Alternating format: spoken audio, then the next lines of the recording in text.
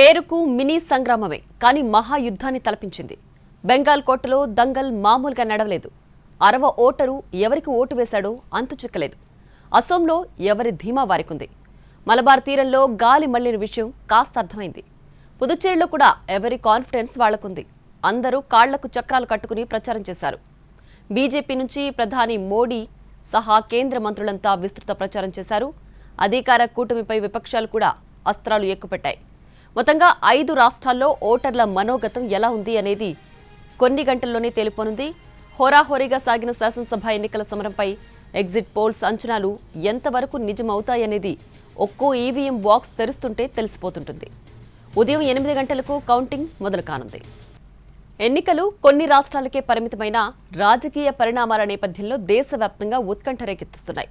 ఇప్పటికే సన్నాహక కౌంటింగ్ కసరత్తును పూర్తి చేయడంతో పాటు ఎలాంటి అవకతవకలు ఉద్రిక్త పరిస్థితులు తలెత్తకుండా యంత్రాంగం జాగ్రత్తలు తీసుకుంది.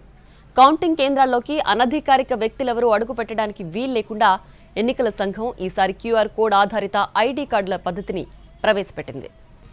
ఇక మరి కాసేపట్లో కౌంటింగ్ ప్రారంభం కాబోతోంది. దీనికి సంబంధించి తమిళనాడులో కౌంటింగ్ పరిస్థితి ఎలా ఉందో మా ప్రతినిధి కార్తిక్ లైవ్ లో అందించడానికి సిద్ధంగా ఉన్నారు. కార్తిక్, దేశం మొత్తం ఎంతో ఆసక్తిగా చూస్తున్నటువంటి ఫలితాలకు మరి కాసేపట్లోనే కౌంటౌన్ ప్రారంభం కాబోతుంది. మొత్తం ఏదైతే చెన్నై సిటీ వ్యాప్తంగా కూడా ప్రస్తుతం 16 నియోజకవర్గాలకు సంబంధించినటువంటి కౌంటింగ్ అనేది కూడా సంబంధించినటువంటి ప్రాంతంలో మనం ఉన్నామని చెప్పాలి. మొత్తం రాష్ట్ర వ్యాప్తంగా కూడా ఈ కౌంటింగ్ కోసం 62 కేంద్రాలను అనేది కూడా ఏర్పాటు చేయడం కూడా జరిగింది. 4500 మందికి పైగా కూడా అభ్యర్థులు ఈసారి ఎన్నికల్లో కూడా పోటీ చేయడం కూడా జరిగింది. ఇలా మొత్తం దేశంలో ఎన్నడూ లేని విధంగా, ముఖ్యంగా తమిళనాడులో ఎన్నడూ లేని విధంగా కూడా 85% అనేది కూడా గత ఎన్నికల్లో పోలింగ్ నమోదైనటువంటి నేపథ్యంలో దానికి తగ్గట్టుగానే అన్ని రాజకీయ పార్టీలు కూడా విస్తృతంగా ఆసక్తిగా ఎదురు చూస్తున్నాయి. ఈ ఫలితాల కోసం ఎవరు ఎటువైపు ఉంటారనేది ఇప్పుడే మరి కాసేపట్లోనే ప్రారంభం కాబోతున్న కౌంటింగ్ కి సంబంధించి మొత్తం ఆయా పార్టీలకు సంబంధించినటువంటి అభ్యర్థులందరూ కూడా కౌంటింగ్ హాల్లోకి వెళ్తూ ఉన్నారు. దానికి సంబంధించినటువంటి ఎలక్షన్ సిబ్బంది అందరూ కూడా పూర్తిగా ఒక ఎన్నడూ లేని విధంగా భారీ ఎత్తున ఇక్కడ 5 నియోజకవర్గాలకు సంబంధించినటువంటి కౌంటింగ్ అనేది జరగబోతుంది. కానీ ఇక్కడ మాత్రం అడుగడుగునా కూడా మనకు పోలీసులు కనపడుతున్నారు. ప్రతి ఒక్కరిని క్షుణ్ణంగా తనిఖీ చేసిన తర్వాతే పంపుతున్నటువంటి పరిస్థితి. ఎందుకంటే పోటాపోటీగా ఎలక్షన్ కమిషన్ కు ఇప్పటికే రాజకీయ పార్టీలన్నీ కూడా ఫిర్యాదు చేసుకున్నటువంటి నేపథ్యంలో ఈ రోజు అల్లర్లు జరుగుతాయి, గొడవలు జరుగుతాయి, పోలింగ్ ఏదైతే కౌంటింగ్ కేంద్రాల వద్ద జరుగుతాయని చెప్పినటువంటి నేపథ్యంలో ఆ మొత్తాన్ని కూడా కంట్రోల్ చేయడానికి మాత్రం మొత్తం ఈసీ అయితే చాలా కఠినమైనటువంటి చర్యలు అనేది తీసుకున్నట్టుగా కూడా మనకు అర్థమవుతుంది. మొత్తం రాష్ట్ర వ్యాప్తంగా కూడా ఈ పోలింగ్ కి సంబంధించి కౌంటింగ్ కి సంబంధించి 62 కేంద్రాలను ఏర్పాటు చేస్తే ఆ 62 సెంటర్లలో మొత్తం 3,300కు పైగా కూడా ఏదైతే టేబుల్ను ఏర్పాటు చేయడం కూడా జరిగింది. ఆ టేబుల్స్ ద్వారా మొత్తం ఈవీఎంల ద్వారా పడినటువంటి ఓట్లను అన్నింటినీ కూడా లెక్కించబోతున్నారు. దాని తర్వాత తొలిగానే ఏదైతే పోస్టల్ బ్యాలెట్ కు సంబంధించినటువంటి ఓట్లు అయితే లెక్కించుతారు. దాదాపు 7 లక్షలకు పైగా కూడా పోస్టల్ బ్యాలెట్ ఓట్లు పడినట్టుగా కూడా అంచనా ఉన్నటువంటి నేపథ్యంలో వాటన్నింటినీ కూడా తీసి కట్టగట్టిన తర్వాత తొలిగా కూడా ఈ పోస్టల్ బ్యాలెట్ ఓట్లను లెక్కిస్తారు. దాని తర్వాత ఈవీఎంలకి వచ్చేటువంటి 8 గంటలకు ప్రారంభమయ్యేటువంటి ఈ లెక్కింపు అనేది 8:30 గంటల తర్వాత ఈవీఎంలు రావడం కూడా జరుగుతుంది. ఆ తర్వాత ట్రెండ్ అనేది కూడా మనకైతే ఒక క్లారిటీకి వచ్చేటువంటి అవకాశం ఉంటుంది. సో ఒక రకంగా మొత్తం చెన్నై సిటీతో పాటు ఎక్కువగా సమస్యాత్మక ప్రాంతాలుగా ఉన్నటువంటి తిరునెల్వేలి, కోయంబత్తూరు లాంటి ప్రాంతాల్లో కూడా భద్రత అనేది కూడా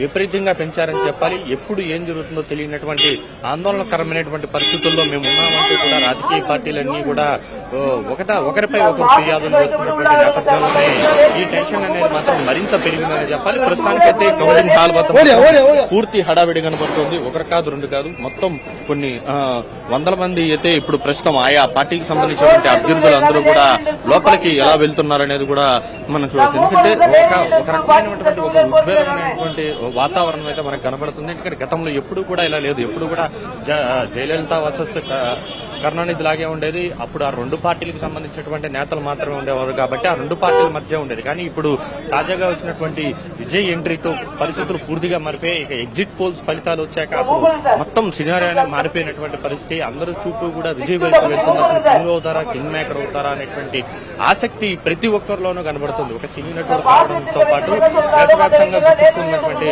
నటుడు కావడంతో ఈ మామూలుగానే తమిళనాడు రాజకీయాలు అంటేనే ఎప్పుడు కూడా హాట్ గా ఉంటాయి.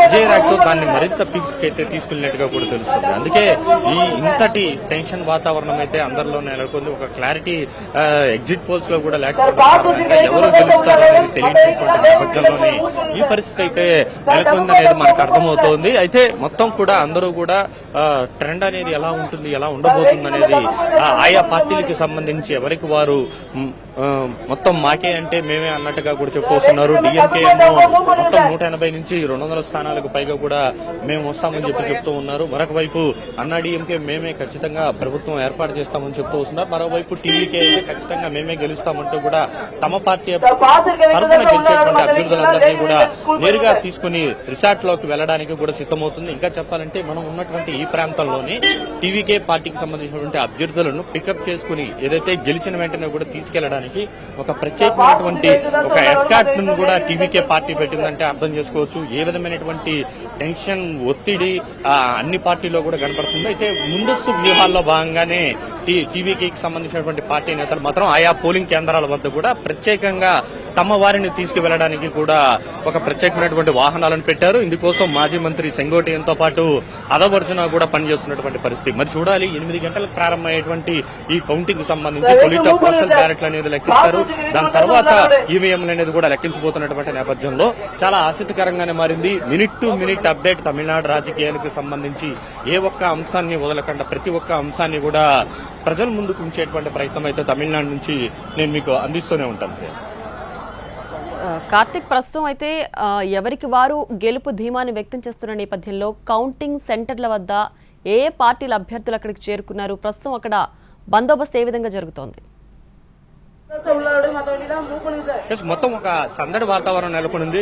ఆ సందడిలోనే అంత భయం కూడా నెలకొందని చెప్పుకోవచ్చు. మొత్తం కూడా అంటే మొత్తానికి ప్రస్తుతం ఆయా పార్టీకి సంబంధించినటువంటి అభ్యర్థులతో పాటు వారితో ఉన్నటువంటి ఎలక్షన్స్ కోసం వచ్చేటువంటి సిబ్బంది అంతా కూడా ఇక్కడ ఒక కోలాహలమైనటువంటి వాతావరణం కలపండి. అయితే గతానికి భిన్నంగా పోలీసులు మాత్రం అడుగు తీసినా కూడా అందరూ కూడా ఆఫీసర్లందరూ కూడా హయ్యర్ ఆఫీసర్లందరూ కూడా ఉన్నటువంటి పరిస్థితి.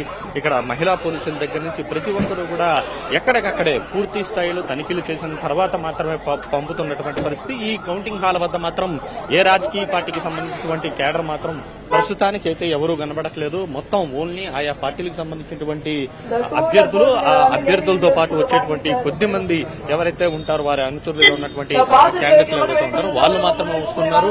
ఓవైపు మొత్తం కూడా ఈ లైన్ మొత్తం కూడా భారీ గేట్లు వేసేసి ఏ విధమైనటువంటి మొత్తాన్ని కూడా ఎలా ఏర్పాటు చేశారనేది కూడా మనకు తెలుస్తుంది. సో డిఎంకే పార్టీకి సంబంధించి వెళ్తూ ఉన్నారు.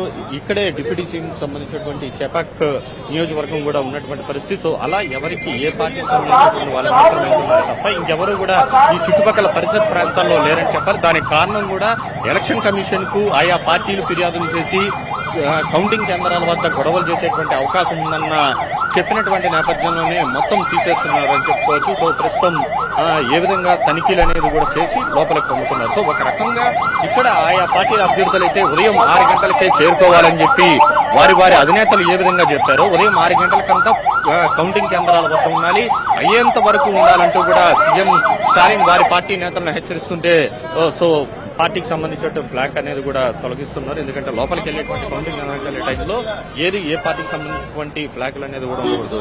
సో ఇట్లా మొత్తం రాష్ట్ర వ్యాప్తంగా కూడా ఈ పోలింగ్ కౌంటింగ్ అనేది కూడా మరి కాసేపట్లోనే ప్రారంభం కాబోతుంది. మొత్తం 62 కేంద్రాల్లో 4,88,00,000 మందికి పైగా వేసినటువంటి ఓట్లన్నింటినీ కూడా మరి కాసేపట్లోనే లెక్కించబోతున్నారు. మినిట్ టు మినిట్ అప్డేట్ అయితే తమిళనాడు నుంచి నేను మీకు అందించేటువంటి ప్రయత్నం చేస్తున్నాను. Right Karthik, thanks for the updates.